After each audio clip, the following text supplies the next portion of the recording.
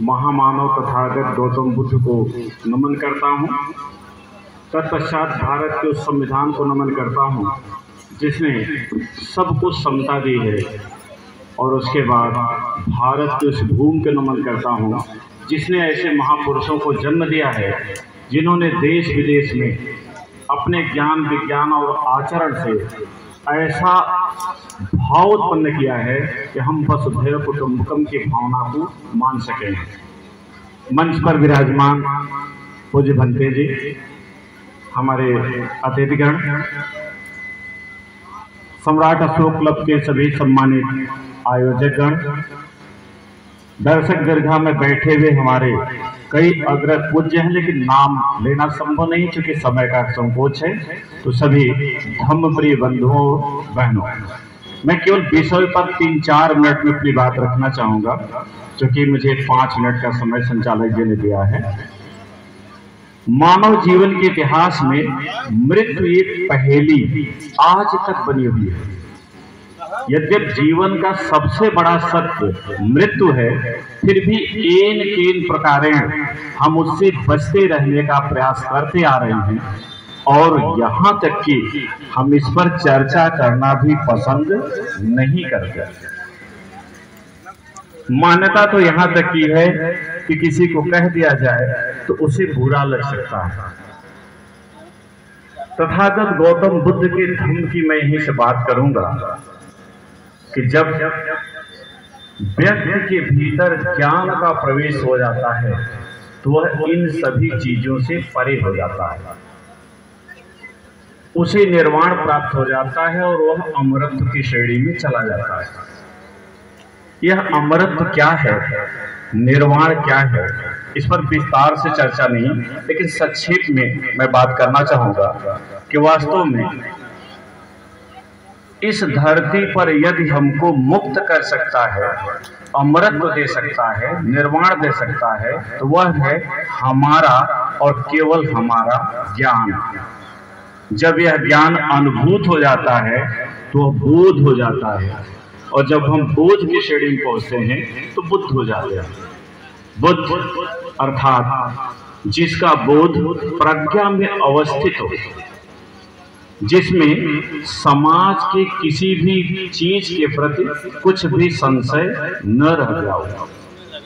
हमारा यह बोध जब और उच्च श्रेणी में पहुंचता है तो हम निर्वाण प्राप्त कर जाते हैं। निर्वाण का तात्पर्य यहाँ केवल और केवल राग और द्वेष से मुक्ति है, स्वर्ग या नरक से नहीं।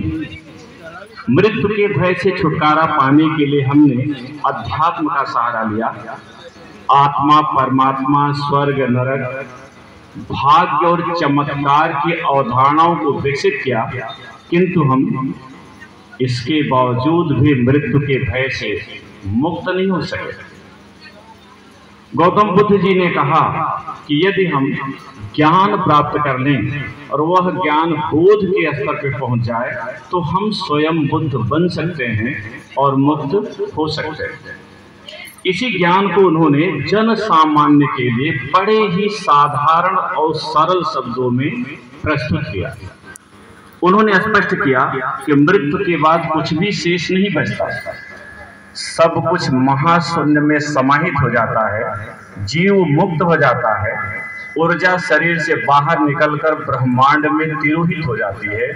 जब हम इस स्तर पर पहुंचेंगे तो मृत्यु का भय हमारे भीतर से निकल जाएगा। वस्तुतः बुद्ध धर्म की 4 प्रमुख शिक्षाएं, चाहे वह त्रिरत्न हो, 4 आर्य सत्य हो, अष्टांगिक मार्ग हो और पंचशील, यदि हम आज भी धारण कर लें तो आज भी हम अंगुलिमान जैसे दुर्दांत दैत्य का हृदय परिवर्तित कर सकते हैं।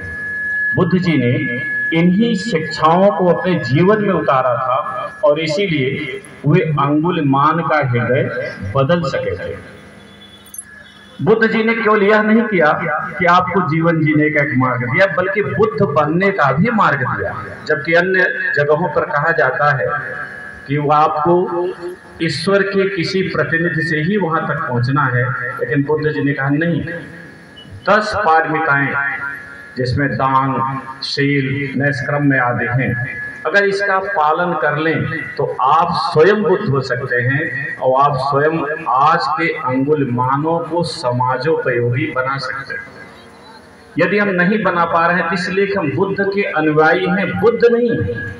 लेकिन अगर हम समन्वित हो जाएं, पूरा समाज एक हो जाए, तो हम अंगुलिमालों पर आज भी विजय प्राप्त कर सकते हैं। किसी भी धार्मिक आयोजन का उद्देश्य बिल्कुल नहीं होता है कि हम किसी धर्म की आलोचना करें, किसी जात पर टिप्पणी करें या किसी के देवी देवता की निंदा करें। हम तो बुद्ध के अनुयायी हैं। उन्होंने हमें मध्यम मार्ग दिया है जिस पर चलकर हम संसार के सभी के हृदयों को जीत सकते हैं। फिर हमें चुभते हुए तीर चलाने की कोई आवश्यकता नहीं है। हमारे पास करुणा का ऐसा अमृत है जिसे पीने वाला सदियों तक हमारी जय जयकार करता रहेगा। आज समस्या रूपी अनेक अंगुलिमाल खड़े हैं, चाहे पारस्परिक सौहार्द की बात हो, अपने कुल परिवार या राष्ट्र में सामंजस्य की बात हो, चारों तरफ समस्या रूपी अंगुलिमाल खड़े हैं। इन पर विजय पाना है तो बुद्ध जी के निर्देशों को सुनना ही नहीं, जीवन में उतारना भी होगा। हम सुनते जरूर हैं, उतारते नहीं। हमें समाज में वह बनकर आना है जो हम बनने का दिखावा करते हैं। हम प्राय दिखते हैं कि मैं हूँ, भीतर से मैं हूँ नहीं। और जिस दिन हो गया उस दिन बताने का आवश्यकता नहीं होती। वास्तव में इस दुनिया में जो है उसे बताना नहीं पड़ता, हम उसे महसूस करते हैं। पंच महाभूत हैं, हम उन्हें महसूस करते हैं और इन्हीं पंच महाभूतों के भीतर अमरत्व का साधन है जिसे हम बुद्धि से प्राप्त कर सकते हैं। लेकिन कब? जब वो बोध की अवस्था में पहुंच जाए, बुद्ध के मार्ग पर चलकर। समय 5 मिनट जरूर पूरा हो रहा है।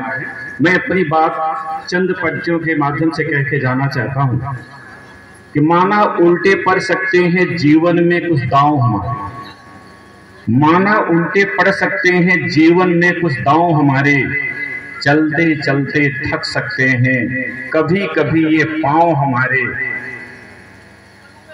कभी कभी धीमी पड़ सकती है रफ्तार हमारी, छोटे छोटे खेलों में हाँ हो सकती है हार हमारी, लेकिन आज के अंगुलिमालों से होकर बुद्ध हम ही जीतेंगे, अंतिम युद्ध हम ही जीतेंगे, अंतिम युद्ध हमें जीतेंगे। बहुत बहुत धन्यवाद।